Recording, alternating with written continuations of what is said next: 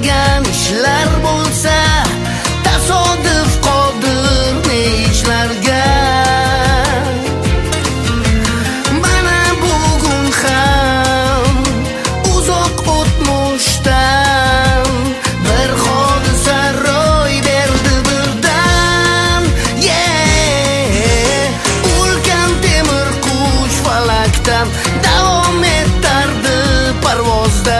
Men ko'zlar bilan qarasam, sen axir sen o'sha mening uyqusiz tunlarim, axir sen o'sha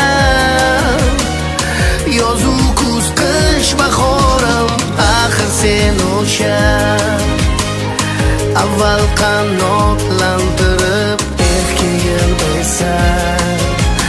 Mayli endi bu muhim emas, axir sen o'sha yoningda jajji qizcha, xuddi o'zingga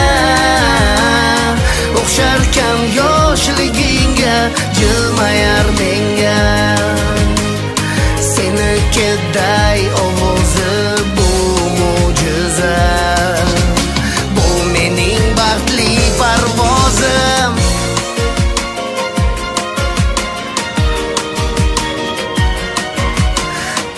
Toshgan hayajoning qalbaki kulib yashirding, zo'rg'a ushlab qolding ko'z yoshing. Nima sezdi vujuding, yo qiynaldi vijdoning, olib qochma mendan nigohing. Nega shu bugun kim bilardi ayt, aynan bizga bog'liq vaziyat.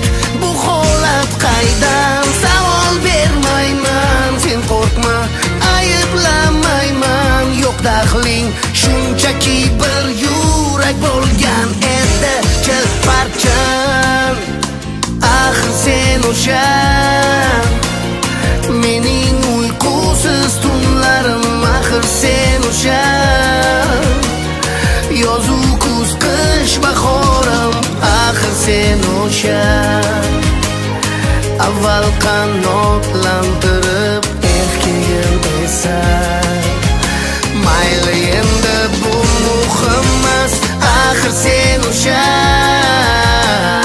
yoningda jajji qizcha, xuddi o'zingga o'xsharkan yoshligingga, jilmayar menga senikiday ovozi bu mo'jiza, bu mening baxtli parvozim.